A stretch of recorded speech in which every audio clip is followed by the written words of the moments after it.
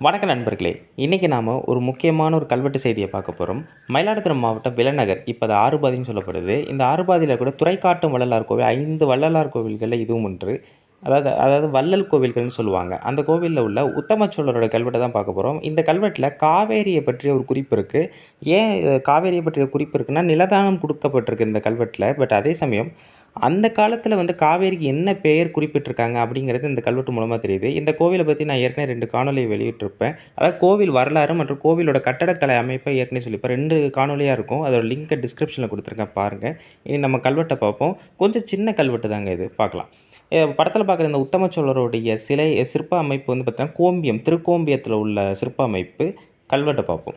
ஸ்வஸ்தி ஸ்ரீ கோப்பரகேசரி பன்மர்க்கி ஆண்டு 5வது தென்கரை பிரம்மதேயம் விலைநகர் திருநாளர் கோவில் மகாதேவருக்கு உடையார் உத்தமச்சோழர் அகரம் மகாதேவியார் ஒரட்டனன் சுரப்பையார் அர்த்த யாமத்துக்கு திருவமிர்து பலவரிசை நாணாளிக்கும் அடைக்காயமுதுக்கும் ஆக கொண்டு கொடுத்த அதுக்கப்புறம் வார்த்தைகள் இல்லை.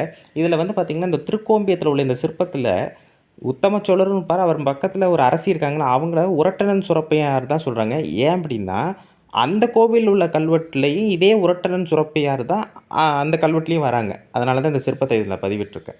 மங்களம் உண்டாகட்டும். பரகேசரிவர்மரான உத்தமச்சோழரோட 5வது ஆட்சி ஆண்டில் அதாவது கிபி 974 காவேரிக்கு தென்கரையில் உள்ள ஒரு பிரம்மதேய பகுதியாக தான் விலைநகர் அதாவது மயிலாடுதுறை மாவட்டம் இப்போ இருக்கிற விலநகர் திருநாளர் கோவில் அது என்னன்னு அப்புறம் சொல்கிறேன். துறைக்காட்டும் வள்ளலார் கோவில் இப்போ அழைக்கப்படுது. அந்த கோவிலில் இறைவனுக்கு உத்தமச்சோழரோட முதன்மை அரசி அதாவது அது முதன்மையான ஒரு அரசியை தான் அகர மகாதேவின்னு சொல்லுவாங்க. அவங்க யாருன்னா ஒரட்டனன் சிறப்பியார். கல்வெட்டு தகவலின்படி இவருக்கு மொத்தம் 7 அல்லது 8 மனைவிகள் தான் சொல்லப்படுது. இக்கோவிலில் நள்ளிரவு பூஜைக்கு அர்த்த யாமம்னு சொல்லுவாங்க. வேண்டிய அமுது உணவுக்கு பலவரிசி குத்தி பழகிய அரிசி தான் பலவரிசின்னு சொல்லுவாங்க.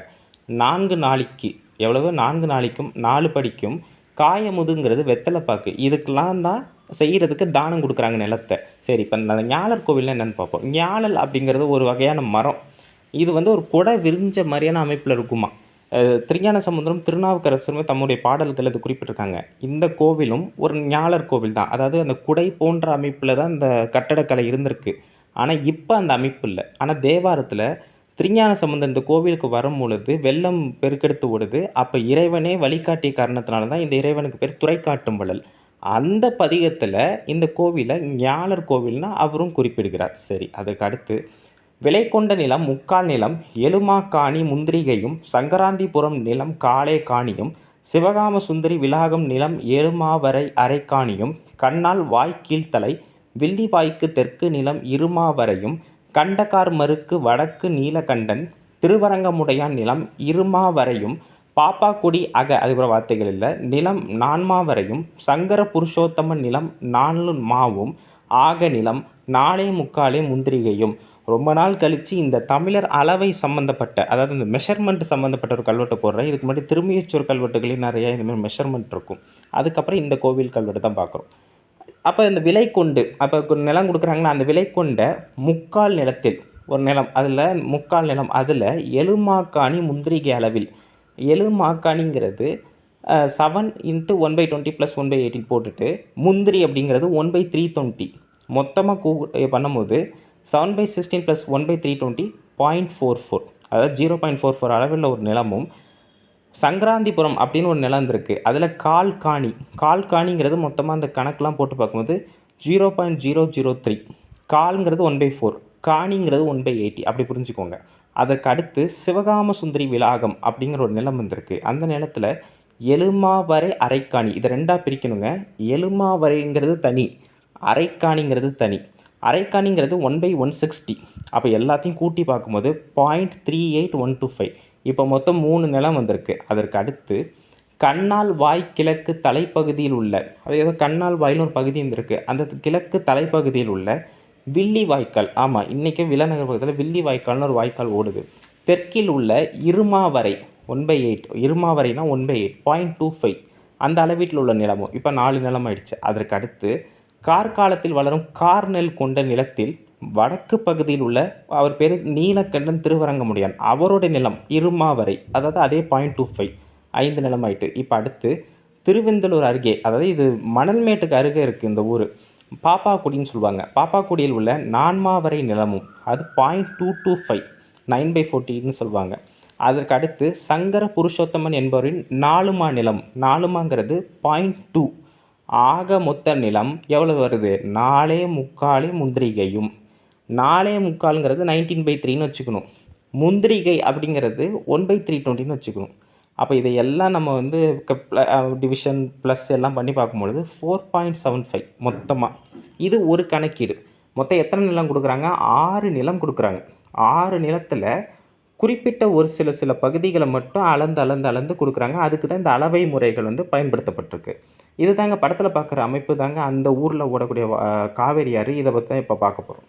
கொல்லை பாப்பாக்குடி பட்டவிருத்தி நிலம் காலும் சொக்கன் கொல்லை நிலத்துக்கு மேற்கு நிலம் 4மா வரை காணியும் நெறியுடை சோழ பேராற்றுக்கு வடக்கு வாய்க்கம் கோயிலுடையான் கொல்லை கிழக்கடைய நிலம் அருமா வரையும் சேந்த பிரான் கொல்லை குலைக்கு தெற்கும் வடக்கும் நிலம் காலும் காரி நாராயணனுக்கு தெற்கு வாய்க்கால் நீரோடு காலில் உர நிலம் ஒரு மாவும் ஆக நிலம் 2.5 முக்காணியும். இந்த ஊரில் ஒரு கிளையாறு மாதிரி தான் காவேரி ஆறு ஓடுது.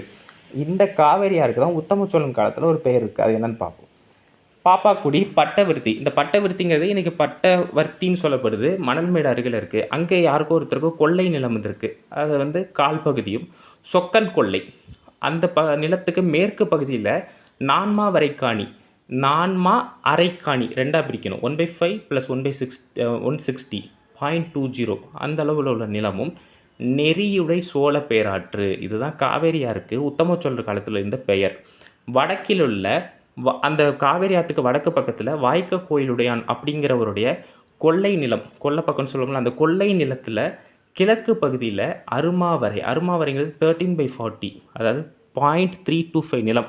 அந்த அளவீட்டிலையும் நிலம் வந்து தானம் கொடுக்கப்பட்டிருக்கு. அதற்கடுத்து சேந்தபிரான் என்பவரின் கொள்ளை பகுதியின் தெற்கிலும் வடக்கிலும் 2 பக்கத்துலையும், தெற்கு பக்கத்துலேயும் வடக்கு பக்கத்துலேயும் உள்ள கால் பகுதி நிலமும் காரி நாராயணன் அப்படிங்கிறவருடைய நிலத்துக்கு தெற்கில் உள்ள வாய்க்காலுக்கு நீரோடும்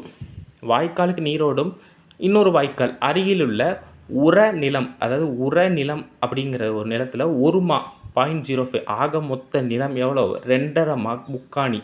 2.5ங்கிறது 5/2, முக்காணிங்கிறது 3/80 2.53. இந்த அளவீட்டில் உள்ள ஒரு நிலத்தையும் கொடுக்குறாங்க. இப்போ நெறியுடை சோழ பேராற்றுனா என்னென்னு பார்ப்போம். உத்தம சோழர் காலத்தில் காவேரிக்கு வழங்கப்பட்ட பெயர். இந்த நெறியுடை சோழங்கிறது நம்ம மனுநீதி சோழங்கிறத சமஸ்கிருத சொல்ல சொல்கிறோம்ல, அதை தமிழில் நெறியுடை சோழன்னு சொல்கிறாங்க. அந்த நெறியுடை சோழங்கிற பெயரை தான் நெறியுடை சோழ பேராறு அப்படின்னு குறிப்பிடுறாங்க. 3ஆம் குலத்துங்கனோட கல்வெட்டில் ஒன்றில் காவேரி நீரை கரிகால சோழ பேராறுன்னு குறிப்பிடுறாங்க. இன்னொன்று அந்த மன்னனே தன்னை கரிகால சோழன் அப்படிங்கிற மாதிரியும் குறிப்பிட்டிருக்கான். சரி, அதற்கு அடுத்து திருத்துருத்தி சொன்னவாறு அறிவார் தேவதானத்துக்கு கிளாசரதிக்கு மேற்கு ஊருணி குளத்துக்கு கிழக்கு அகலம் கொல் 8க்கு நிலம் கொல் உழுது ஓடையாய் கிடந்த சிவந்தாய பிரான் வடவெல்லைக்கு வடக்கு உழுது ஊருக்கீழ் இறையிலி செய்து கொடுத்தோம் பெருங்குறி மகாசபையும். இதில் இன்னொரு ஊரையும் குறிப்பிடுறாங்க, அதுதான் திருத்துருத்தி. இந்த திருத்துருத்திங்கிறதும் மயிலாடுதுறை மாவட்டத்தை சம்மந்தப்பட்டது தான். ஆமாங்க, குத்தாலத்தை தான் துருத்தின்னு சொல்லுவாங்க. 2 ஆறு ஓடுது பார்த்திங்களா, அந்த 2 ஆறு ஓடுறதுக்கு நடுப்பகுதியை தான் துருத்தின்னு குறிப்பிடுவாங்க. அதுதான் குத்தால அமைப்பும் இருக்குது. திருத்துருத்தி சொன்னவாறு அறிவார் கோவில், குத்தாலம் உக்தவேதீஸ்வரர் கோவில்னு சொல்லுவாங்க. அந்த கோவிலுக்கு சொந்தமான தேவதான நிலம், அது ஏதோ கிளாசருதின்னு குறிப்பிடுறாங்க. அந்த நிலத்துக்கு மேற்கில் உள்ள ஊருணி, இந்த குளம்லாம் தேங்கியிருக்குங்களா, ஊருணி குளத்துக்கு கிழக்கு பக்கத்தில் 8 கோல் 16 அடி அகலம் கொண்ட ஒரு நிலத்திற்கு உள்பக்கமாக இருந்த ஓடையை சொந்தமாக கொண்ட அவர் பேர் சிவந்தாய பிரான்.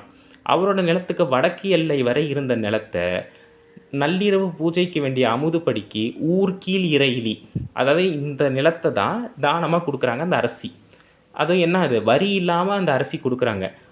அரசி கொடுத்த நிலத்திற்கு செய்து நிபந்தம்னா என்ன, அந்த தானம், அதாவது அந்த அமுதுபடி செய்வதா யார் வாக்குறுதி கொடுக்குறாங்க? பெருங்குறி மகாசபை, ஊர் ஆளுகின்ற அந்த சபை கொடுக்குறாங்க.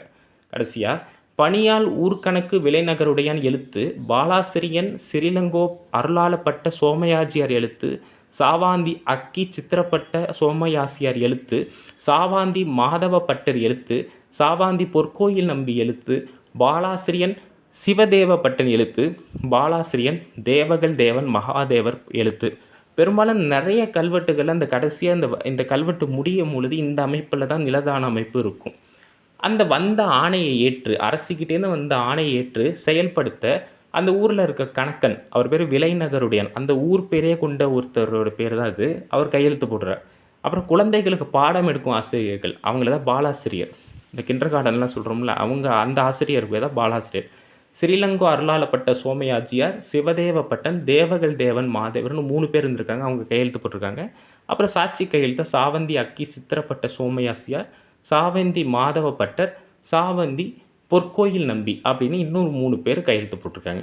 இவங்கலாம் ஏன் கையெழுத்து போட்டாங்கங்கிறது தெரியல. ஏன்னா ஊர்க்காரங்கள கூப்பிட்டு வச்சு கையெழுத்து போடணும், ஒரு சாட்சி இருக்கணுங்கிறதுக்காக போட்டிருப்பாங்கன்னு நெனைக்கிறேன். பட் எதுக்கு இந்த பாலாசிரியரெல்லாம் போடச் சொன்னாங்க அப்படிங்கிறது ஒரு சந்தேகமான ஒரு விஷயம் தான். சரிங்க. இதுதான் கல்வெட்டு. அதேமாரி நெறியுடை சோழ பேராறுங்கிற பேர்லயும் அந்த காலத்தில காவேரி குறிக்கப்பட்டிருக்கு அப்படிங்கிறத இந்த கல்வெட்டு நமக்கு ரொம்ப தெள்ளத் தெளிவா குறிப்பிடுது. அடுத்தடுத்த கல்வெட்ட நம்ம பார்க்கலாம். சோழர்களின் புகழ் ஓங்குக. இன்னும் நெறைய கல்வெட்டுகள் இருக்குங்க. அந்த கல்வெட்டுகள்லாம் நம்ம ஒவ்வொன்னா பார்க்கலாம். தொடர்ந்து ஆதரவளிங்க. நன்றி. வணக்கம்.